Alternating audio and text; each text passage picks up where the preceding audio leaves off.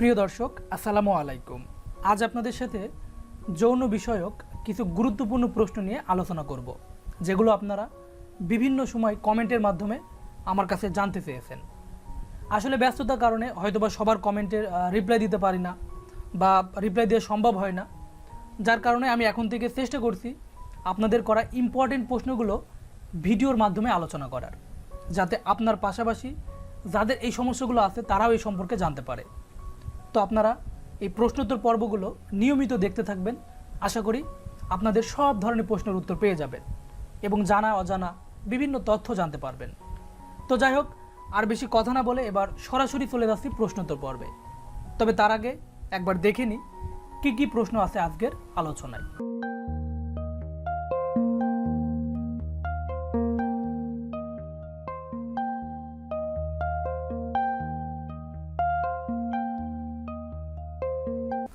কুষ্টিয়া থেকে এক ভাই কমেন্ট করেছেন, আমি নামগুলো গোপন রেখে আপনাদের কমেন্টগুলো পড়ছি, যে আমার বয়স 27, মাঝে মাঝে হস্তমৈথুন করলে কোনো সমস্যা আছে কিনা জানাবেন।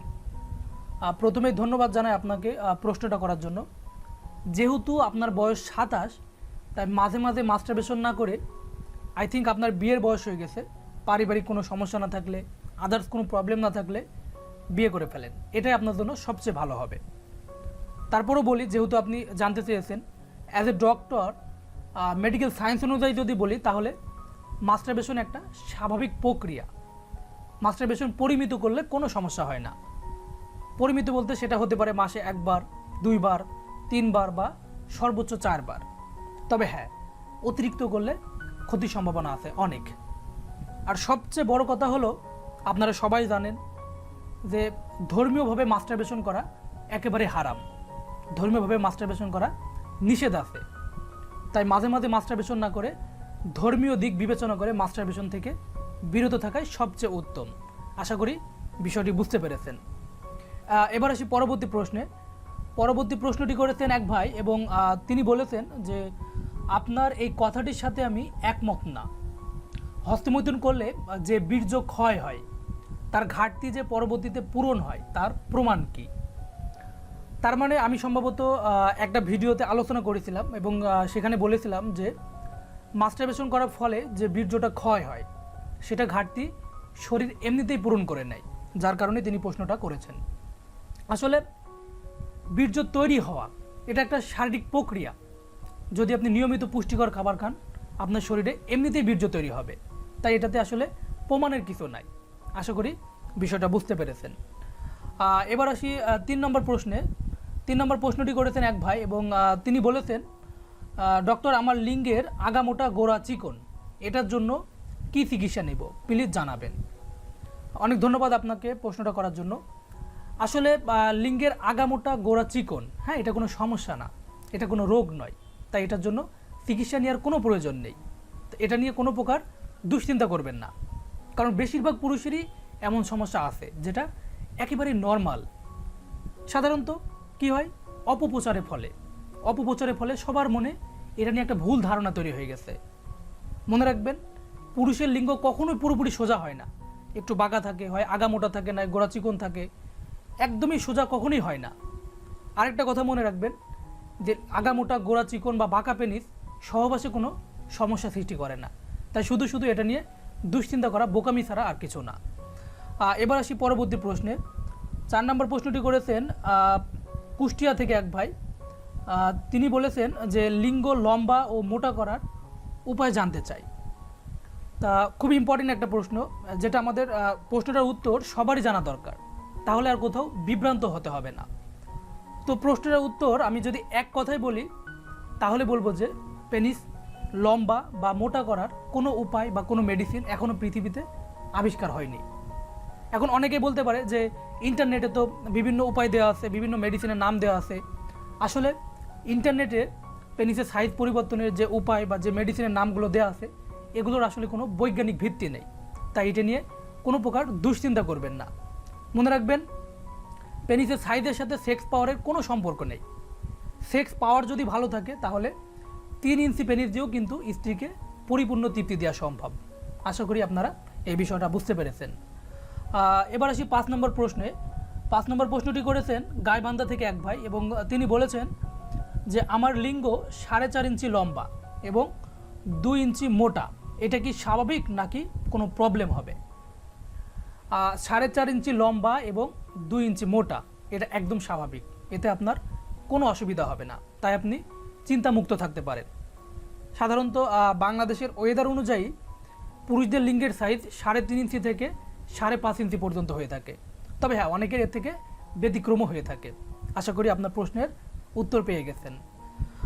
6 নম্বর প্রশ্নটি করেছেন রংপুর থেকে এক ভাই এবং তিনি বলেছেন যে আমার বয়স 20 বছর, আমার অন্ডকোষ ঝুলে গেছে, এটা কিভাবে ভালো হবে জানালে অনেক উপকৃত হতাম। আসলে অন্ডকোষ ঝুলে যাওয়া এটা কোনো সমস্যা না, তাই এটার জন্য চিকিৎসা নেওয়ার কোনো প্রয়োজন নেই। কারণ সাধারণত দেখা যায় গরমকালে ম্যাক্সিমাম টাইমই অন্ডকোষটা ঝুলে থাকে অনেকেরই, আবার কিছু কিছু সময় টাইট থাকে।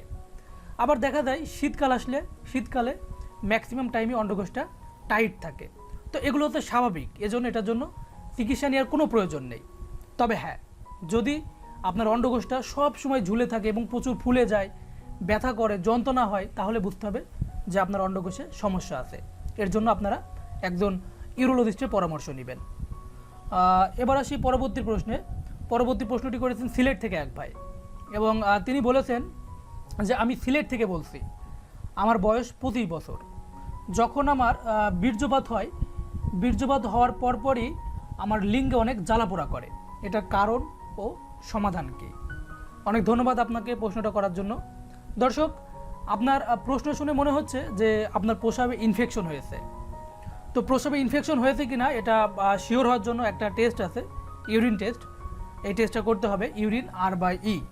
তো টেস্টের রিপোর্ট না পাওয়া পর্যন্ত কোনো প্রকার সহবাস থেকে বিরত থাকতে হবে এবং পরবর্তীতে কিছু নিয়মকানুন আছে সেগুলো মেনে চলতে হবে। প্রস্রাবে ইনফেকশন দূর করার জন্য বিভিন্ন প্রকার মেডিসিন আছে, সেগুলো সেবন করলে প্রস্রাবে ইনফেকশন কেটে যাবে। তবে লিঙ্গে জ্বালাপোড়া শুধু প্রস্রাবে ইনফেকশন হলে হয় না, এছাড়া অন্যান্য কারণও হতে পারে।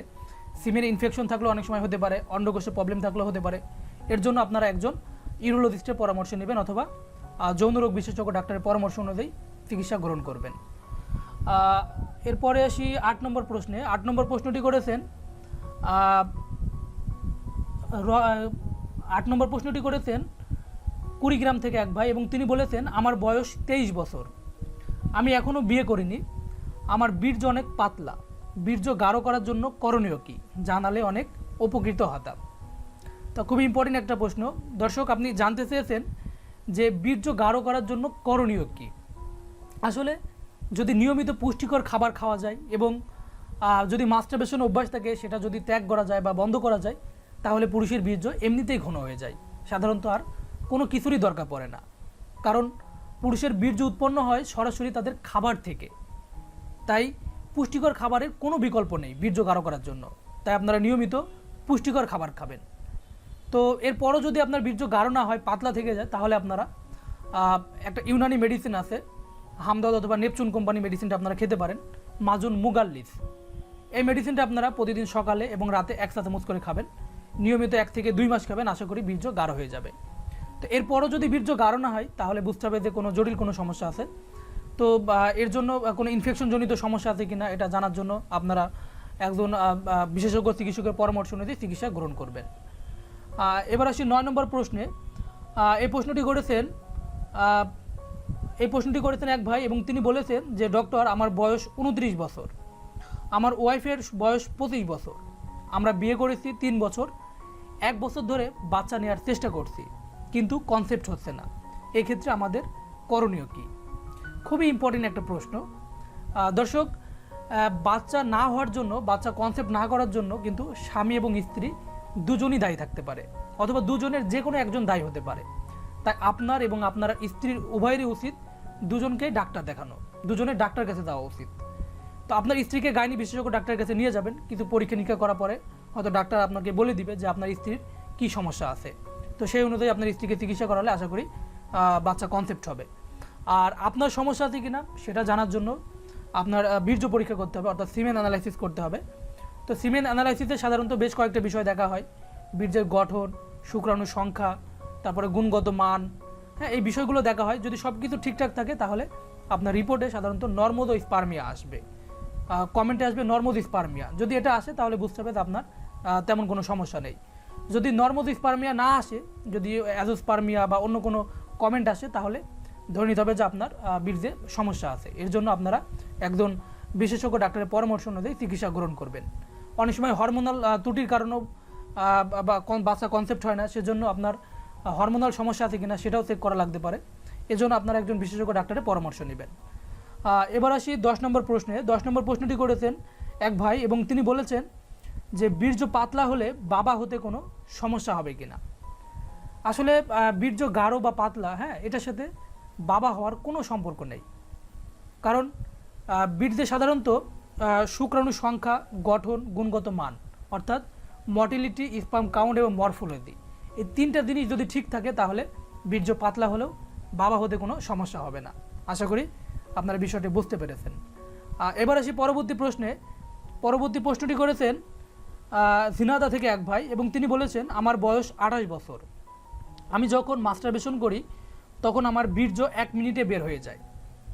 আমার প্রশ্ন হলো আমি যখন বিয়ে করব, বিয়ের পর স্ত্রীর সাথে যখন মেলামেশা করব বা সহবাস করব, তখনও কি 1 মিনিটে আমার বীর্য বের হয়ে যাবে? প্লিজ প্রশ্নটির উত্তর জানাবেন। তো অনেক ধন্যবাদ আপনাকে, খুবই গুরুত্বপূর্ণ একটা প্রশ্ন করেছেন। আসলে প্রশ্নটা আপনারা অনেকেই করেছিলেন। তবে প্রশ্নের উত্তর হচ্ছে এক কথায় যদি বলি যে না, আপনার সহবাসও সেম টাইম আপনি পাবেন না, সেখানে আপনার ব্যতিক্রম হতে পারে। কারণ এরকম অনেকে আছে যারা মাস্টারবেশন করতে গেলে অনেক টাইম নিয়ে মাস্টারবেশন করতে পারে, কিন্তু সহবাসে গিয়ে দ্রুত বীর্যপাত হয়ে যায়। তো আবার এরকম অনেকে আছে যাদের 1 মিনিটে মাস্টারবেশন করলে 1 মিনিটে বীর্যপাত হয়ে যায়, কিন্তু সহবাসে গিয়ে অনেক টাইম পায়। আসলে মেন কথা হচ্ছে এটাই, সহবাসের সাথে আপনার মাস্টারবেশনের কোনো সম্পর্ক নেই। এখানে আপনি 1 মিনিট পারেন বলে যে ওখানেও 1 মিনিট পারবেন, বিষয়টা কিন্তু তা না। ওখানে আপনি বেশিও পারতে পারেন। আশা করি আপনার প্রশ্নের উত্তর পেয়ে গেছেন। তো অনেক ধন্যবাদ আপনাদেরকে। আজকে এই পর্যন্তই। যারা ভিডিওটি দেখলেন, ভালো লাগলে লাইক দিবেন, আর যদি কোনো প্রশ্ন থাকে কমেন্ট করে জানাবেন। আমি চেষ্টা করব আপনাদের কমেন্টের রিপ্লাইগুলো দেওয়ার। যদি কমেন্টে রিপ্লাই দেওয়ার সময় না পাই তাহলে আমি আপনাদের ইম্পর্টেন্ট প্রশ্নগুলো নিয়ে পরবর্তীতে ভিডিওতে আলোচনা করার চেষ্টা করব। সকলে ভালো থাকবেন। যারা আমার চ্যানেলে নতুন, চ্যানেলটি এখনও সাবস্ক্রাইব করেন নাই, চ্যানেলটি সাবস্ক্রাইব করে আমাদের সাথেই থাকবেন। ভালো থাকুন, সুস্থ থাকুন। আল্লাহ হাফেজ।